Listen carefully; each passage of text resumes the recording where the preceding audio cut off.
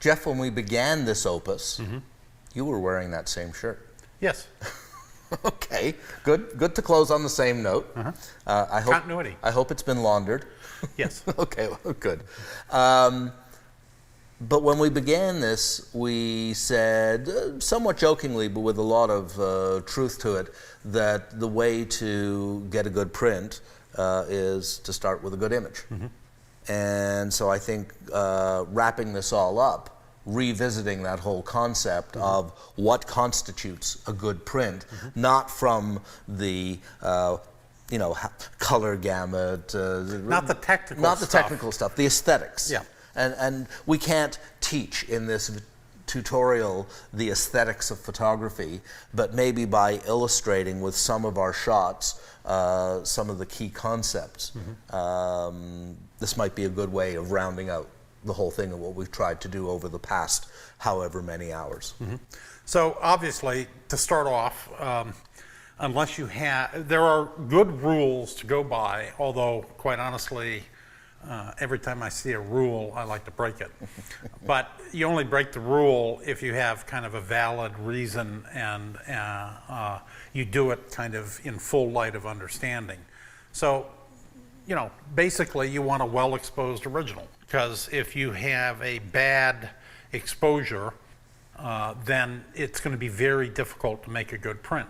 Sometimes, like this image that you did down in Mexico, you do a little bit of HDR where you take the overexposed and the underexposed and put it together. Yeah, I'm doing that more and more, and it's not classic HDR, which I really it's not HDR effects. Right. It's HDR to basically contain the range that you want. Exactly. Yeah. And so I'm doing it more and more, but the minute it starts to look like HDR, I either pull back or I move on. So, but that's another talk show, as they say. And then sometimes, for example, on this image, shot down in Joshua Tree, I had to severely underexpose this, intentionally letting the Joshua Tree go dark so that I could get the drama of the sky. But here's the thing.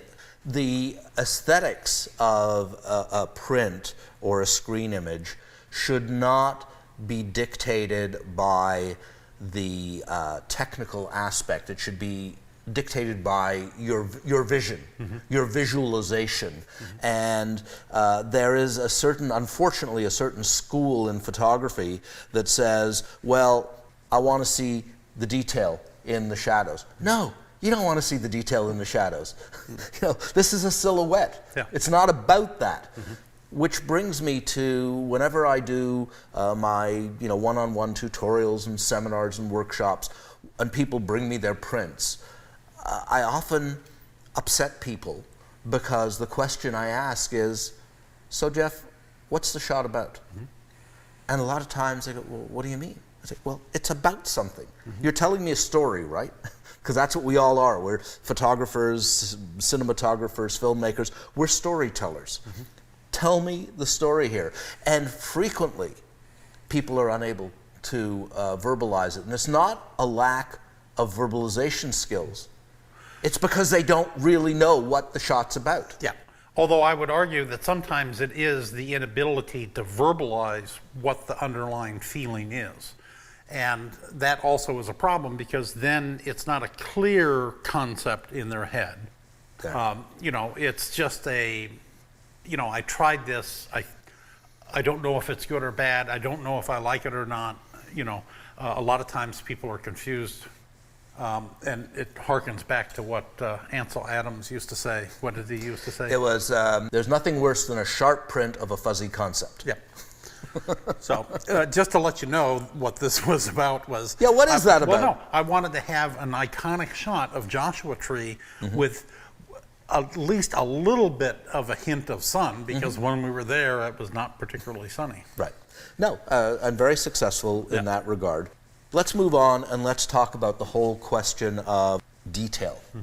The human eye takes a great deal of pleasure in detail. We want to see things clearly, and that's what all of the focus that we as photographers have about sharpness and resolution. We want to be able to see detail. We want to, and I didn't see this when I took the shot, and it was only when I made a print that I saw it. There's a partially eaten chocolate bar. Cool. Yours? No, not mine. No, this is a gas station in San Miguel in Mexico. And what struck me as I walked by the open door of the gas station was how neat it was. Everything hung on the pegs and very, because, rural gas stations are typically pretty messy. This one was so neat. But then, to me, the story, what's it about? It's about that, but then it's that partially eaten chocolate bar. But the fact that you can see it, so it isn't a fuzzy little brown blob. Yeah. And also to point out to folks, this wasn't shot with your IQ 180. This was shot with a Panasonic GH2. This was a little, $1,200 Micro Four Thirds camera, which was my walkabout camera for 4 months down in Mexico. And all of these shots, well, not all, most of these shots that we have here were done with this Micro Four Thirds camera. Why? Because better to have the camera that you have with you than the better camera that you don't have with you. Kind of like love the one you're with and not the one you want. And so, I'm fortunate because of the website and my reviews and my writing. I get to use a lot of different gear. Companies lend me things. Which actually is not necessarily a bonus. Well, a lot of the time I don't even remember what button to press when. That's part of the problem. Or what did I bring? What lenses? And that's actually one of the things that I would say is that, particularly when we went to Antarctica, one of the hardest things was to try to predetermine, okay, in essence, what is it that I absolutely need? Because you can't bring everything. Right. You can when you've got a station wagon or an SUV and a big trunk, and you can load it up, and I'm going shooting for the day, and you can have every lens that you own, but you know what? You'll still only use one or two. Yeah, and if you know that in advance, then you can simplify your life. And that's the other problem. A good friend and colleague, Jay Maisel, literally lives, I think he takes his camera everywhere, including to the bathroom. Well, I wouldn't know about that, but I do know because I know he goes to the corner store to buy milk with the camera over his shoulder. Yes. So he's always got the ability to take a photo. And the funny thing is that he only carries one lens. Yeah. He picks a lens and then looks for photos with that lens. Not seeing photos for the lenses that he didn't bring, seeing photos to take with the lens that he does have. And that's an important point. The human eye-brain combination, and we've really digressed here from what I want to talk about, which is sharpness, but we'll come back to it. Okay. Leave this print, because I want to talk about it. The eye-brain combination is gives us everything from a super panoramic, almost, well, it's actually, I think, about 120 degrees is what our peripheral vision includes. And all the way down to that 1,000 millimeter telephoto. And our eyes and our brains are constantly doing this. I'm looking at you, you're eyeballed, and then I'm aware of things going on around. We're aware of all of the things happening around us, and yet the very fine detail of the things that we tend to focus on. The camera doesn't work that way. It's the classic, you go to the overlook at a place like Niagara Falls or the Grand Canyon, and people are there with their little point and shoots, and they take a snapshot, and then they're disappointed, not on the technical quality, just because it doesn't have the grand vista. They can't shoot the grand vista because their eye is constantly moving around, and that brings us back to detail. When the print, let's look at this, when the print has incredible detail, it's a substitute for what the eye does. What the eye does is it takes in the big picture and the little picture, and when you have very high resolution and detail, that's what your print is doing for you. It's giving you a substitute for what the brain does. Yeah, it's a sense of depth and texture, the richness of the tonality. Generally speaking, when you have a print, you want black and white, a full range of tones, but then an interesting mixture of grays or colors with lots of interesting texture. And that's really when you're aiming to make the perfect print, you want that depth and richness and texture, not the flatness. Except when you don't. Except for when you don't. Yeah, I mean, sometimes you want kind of a very monochromatic or very kind of high key or low key, like the first shot, where basically it's taken down or very bright. Either one can work. You did some shots out here in the off of your back porch where it was all just like in a mist, where there was hardly no detail. What detail and this was spring, there? we haven't had anything except mist. And what ended up happening is that detail that was there actually became very interesting because that's all that you had left. We're familiar in black and white with the idea of full range of tones, black to white, and all the subtleties and gradations in between. Same kind of thing can happen in color. And here are a couple of examples. So you take this shot, for example, just whack-em, sock-em, super saturated colors. And I didn't oversaturate this. This is what Mexico on a sunny day can be like. Yeah. It's just, wow, fabulous colors. Is that another candy wrapper? That is a candy wrapper. And again, that's the little payoff when you've got detail, because the colors of the candy wrapper are exactly the same as the colors in the wall. And you know what? I didn't fake it. This was there, and this, in fact, I walk by this on my daily walks virtually every day, and I've taken lots of other shots of this wall because I just love the saturated colors, but it wasn't until I saw that candy wrapper that I knew that was what was going to bring the shot together for me. And it's interesting because when I looked at it, I looked at this stuff, and I don't know if the intention was this, but I kind of looked in this field, saw that window, went over, looked at the doorway, and then kind of followed the shadow. Your eye brings it down. And you framed it so that the candy wrapper is half lit, half in shadow. And I promise you, this was not staged. Okay. But did you... I physically positioned myself exactly so that, but it just happened that the shadow led there, and this was cropped. But in any event, the point I'm trying to make here is you can have images with this kind of saturated color and variety of color and tonality. And then here's another example where... Which really, if you look at that, that is a black and white kind of image, monochromatic. It's monochromatic. But it's in color. Yeah, you can have monochromatic color, I guess, is the point that I'm trying to make. And so this comes back to let the subject tell you what it wants to be. And that sounds a little airy-fairy, but it's not. Yeah. It's not. I get that same thing. When I look at a raw image, when I first bring it in, import it into Lightroom or Camera Raw, and I look at it, and truth be told, one of the first things I often do is click auto, just to see what Thomas thinks the image should look like. I mean, it's like, it's easy. I can always undo it. But then I kind of let the image, I look at the image, and I let the image kind of tell me what it is that I need to adjust. I don't go in there and just go flailing around on all the sliders. That can become very confusing. That would be like banging the keys on a piano. Yes. That isn't going to make music. No. So then what ends up happening is I get to the point where I think it's good. Then oftentimes what I'll do is take a snapshot, and unless I have a need to print it right away, I'll let it gestate for a while, close it, and start working on something else. Which actually, let me just show you this. This is an example of that gestation. Michael, you remember this? Oh, yeah. The iceberg graveyard.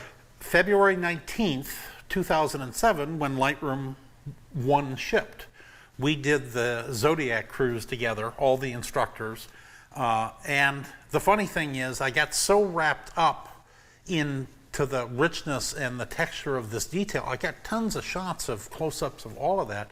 I forgot, literally forgot, that I had done a multi-shot stitch, including the other Zodiac boat off in the distance. And this was a handheld. Handheld, obviously. Yeah. Boom, boom, you boom, were on boom. a Zodiac. Yeah. Boom, boom, boom, boom. And I was looking for something in particular, I can't remember why, and I found these 4 or 5 shots and thought, I didn't remember doing that stitch. You know, I never did it. So then I went ahead and did it, and now it's kind of one of my favorite shots from Antarctica. It tells the story. Yeah. By the way, you know what I do when I'm doing these stitches? Because it started off, I'd start doing these stitched panos, and I do a lot of them handheld, like you do, and they work out really well. But then a week, a month, 6 months later, I'd go back and I'd see all of these images, and what the hell are they, and why did I shoot those? And I go, oh, this is a stitch. But where does it start and where does it end? So what I do now is when I'm going to do a pano, I just hold my hand up in front of the camera, do all the shots, hold my hand up again, and then I go, okay, whenever I see an out of focus hand, I know it's either the beginning or the end of a sequence of stitches. Well, and just point of fact, you could refine that even further. The beginning, you could have your palm, and at the end, you could have the back of your hand so that you'd know the beginning and the end.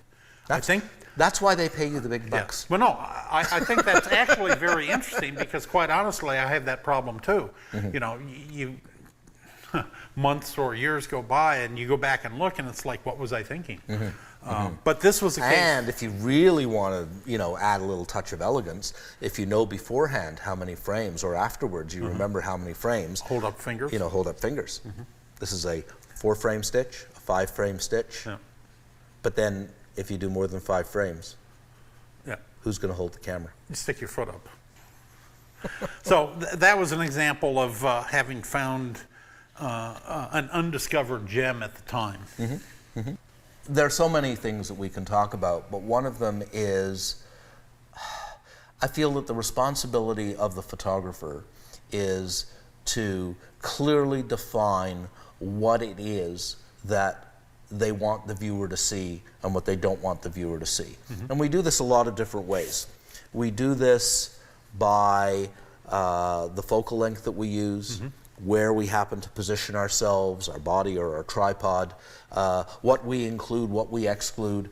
And a lot of the time, again, when I look at people's prints and they ask for a critique, what I see is extraneous stuff. Yeah. And again, the eye-brain combination is very good at ignoring things it doesn't want to see. And a lot of times I'll point out to someone, you know, why is that corner of the building in the shot, or why is that? And they'll say, oh, I never noticed that. I didn't see that. Yeah. But I've never seen that shot before. I'm not emotionally invested in it.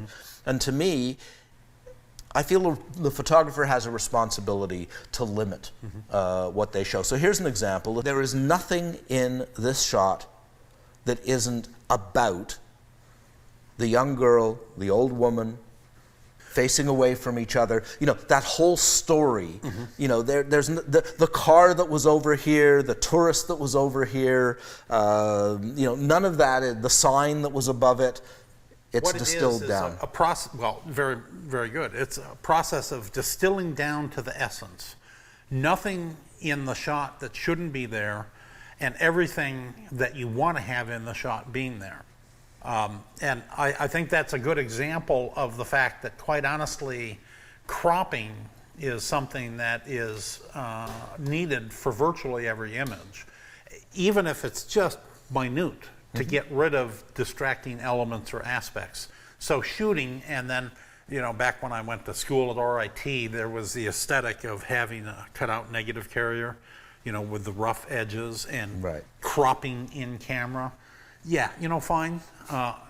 It's better to get at least close to the final crop in camera to preserve the image quality and the pixels, but there's nothing sacrosanct about you know, a 6.45 or a 4.3 or a 35 millimeter frame. Well, exactly. Nothing sacrosanct. Well, you know, and I use this as an example a lot, is so Oscar Barnack in the 1920s took motion picture film where the frames go across from one sprocket to the other is the horizontal, and said, no, I'm going to do a still camera for testing. And this is actually for testing motion picture film. That's where the original idea of the original Leica came from. He wanted a camera that could take stills, but the little frames for 35mm motion picture were too small, so he said, let's put two of them side by side. And that's how we ended up with this cockamamie 3:2 aspect ratio for 35mm film, which I hate. I've always hated it. It's not rectangular enough, it's not wide enough, it's neither one nor the other. Yeah, it's not cinematographic like 16:9, like going to the movies. And one of my favorite formats back in the old film days was shooting with a Hasselblad, with a square. Square, I love Square can be a very dynamic compositional tool to kind of force the eye to go a certain way. So, we all have slightly different cropping techniques, but as you demoed, you basically, distill down to the point where you actually end up with the essence. Nothing more, nothing less. Yeah. Now the only thing is, you in this image, you did break one of J. Mazel's rules. I know. he would say, but here's the thing I would say is this is a valuable breaking the rule, because you see, without this little triangle corner here, you wouldn't see that as a sidewalk. Yeah, it's also big enough. It's not the a little. It's the little triangles, but I also felt compositionally that it completed the thing. No, but you're right, and again, Jay is one of the great teachers, one of the great photographers of our lifetime. An American photographic treasure. Oh, he's amazing. And also one of the most rough and ready, crudest guys. Real New Yorker. But always shooting, always shooting. Yeah. Michael, we've been talking about the prints, and obviously if you're making a fairly large size print to a big print, it's a kind of different visual than seeing something kind of small, where you can see a lot of rich detail on a big print. You might not be able to see that same detail on something like an iPad or an iPhone. So one of the things that I wanted to point out is that a lot of times what works well on a print is not necessarily going to work well small. Oh, sorry, I didn't mean to show that big fish. This is a pano that I did in the Monument Valley, and quite honestly, it's a nice shot, but without a big print, I mean, I can zoom in like that, not and enough. it just doesn't. Whereas here, things like this, which are bold, big shapes, strong colors, these are the kinds of, but again, this one, which I have a print of on the wall in my house in Mexico, this sings in a big print, but just doesn't work. But again, something like this, bold shapes, bold strong colors, these are the things, So really, size doesn't matter. Coming from you, that's... Well, the reason I say that is that basically, in the old days, one of my favorite things was to look at 2 1/4 or 4x5 contact prints. Small, kind of jewel-like images, and particularly contact prints when you could actually make a print without an aerial projection and the softening of the lens. There's just something very rich about a small print, which is also really, although these were done as snapshots, this is also one of the things that I kind of really like about small prints, because it can be very intimate. Again, it needs the right image. Obviously, this kind of works in the small, kind of graphic. This same shot of Santa Fe, I've shot that every time I've been in Santa Fe. I've got about 6 different versions. And then the American Buffalo. So the thing about it is size doesn't really matter, except for the nature of the image. Stuff that works small may not work big, and stuff that works big may not work small. When we were looking at books and presentations, one of the things that we looked at are these small, intimate little portfolios that Lenswork does. That's an example of where small really works. But it does take good technique for making good stuff small. Not only the image selection, but also the processing, the sharpening, all the rich detail that you can get in a small image. If you just take a big image, and this is one of the problems with P65 or IQ 180, if you just take a big image and then print it small, you haven't processed it correctly. Well, Michael, I think we've covered the full gamut from camera to print to screen. You know, everything you could possibly want to know about shooting and processing and making prints and putting things on iPads. Yeah, well, hopefully the viewer agrees with us. Hope you do. This has been a lot of work, and it's been a lot of fun. Boy, if you've lasted till this long, the question that I will ask you is, how many shirts did I wear? Are we going to do a contest? Yeah, I think we should. All right, so watch the website for the contest, and the first person who correctly guesses the number of shirts will win something. Haven't decided what yet, but maybe a print. Maybe. Yeah. Okay. All right, we're done. Finally, and so one of the things. What do they do in? Oh, in Mexico. Right, slap and fist bump. Okay. But one of the things that we typically do when we do these tutorials is we have a little drink, a little toast afterwards, and we have in the town of Creemore, about 3 kilometers that away, a great little microbrewery. So why don't we head into town, and they have great beer. Good, let's go. So, lovely weather you have here today, well, Michael. It's been such a rainy spring this year. Yep.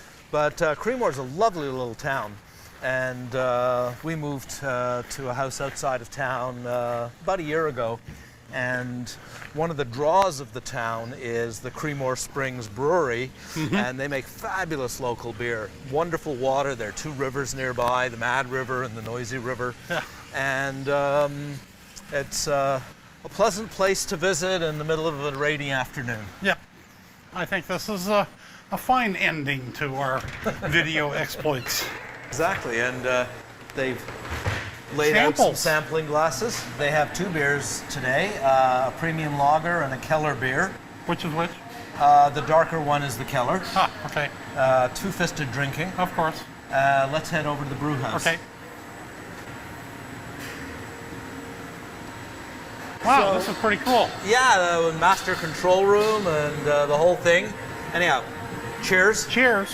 Did it again. Yeah. Cheers. Cheers. That's the dark one. That's the light one. That's the light one. That's the dark one.